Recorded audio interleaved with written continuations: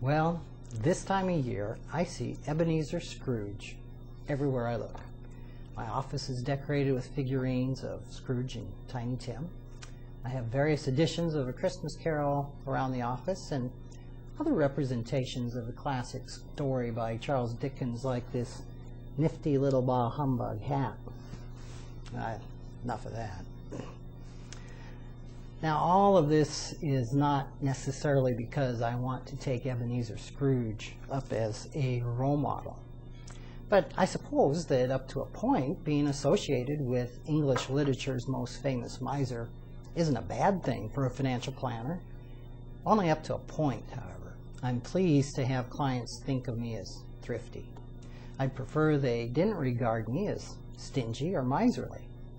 It's an important distinction because thrift means a prudent, careful management of money and other resources, while stingy is a lack of generosity. It kind of has a connotation of meanness and selfishness.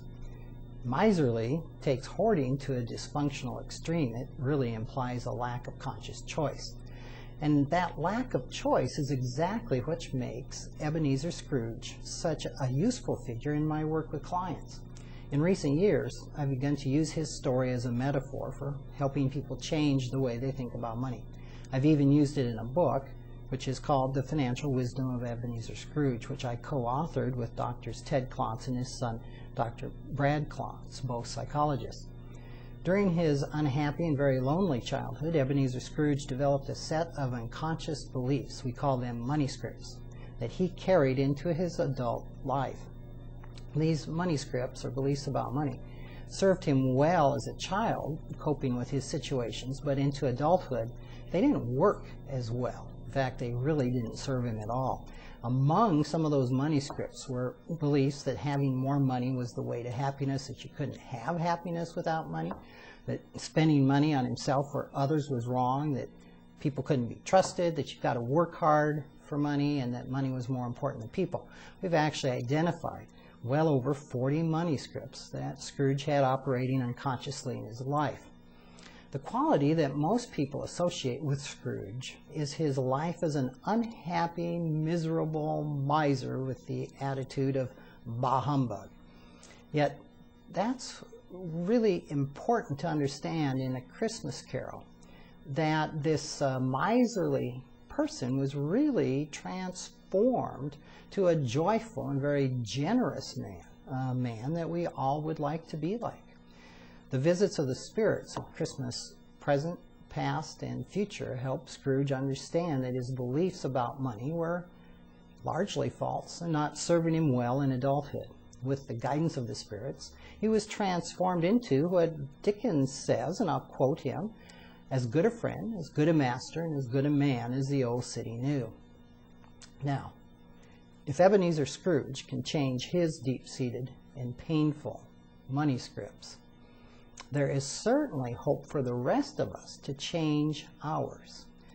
We may not have magical ghosts to help us transform overnight, but we certainly have the same ability as Scrooge did to become joyful and generous of spirit, to become transformed around our relationship with money. The Christmas season has become far more complicated than it was in Scrooge's time. The pressures of shopping, decorating, entertaining, and traveling can trigger all kinds of less than ideal financial behavior in ourselves.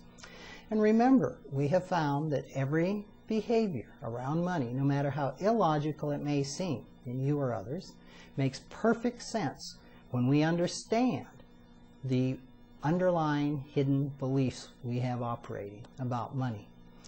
Now, you might find it helpful to reread A Christmas Carol at this time of season, not simply for the story, but for some possible insight into your own money scripts. The stress of the holidays can help you begin to identify some of your habitual money behaviors that you might want to change. In writing A Christmas Carol, Dickens probably intended to simply create a sentimental story celebrating the spirit of Christmas. His talented pen, however, produced a classic piece of literature. In addition, his psychological insight created a parable that today is as useful as it is enjoyable. So, read A Christmas Carol. Maybe you'll be transformed. bah humbug may no longer be part of your vocabulary. Take care. Merry Christmas.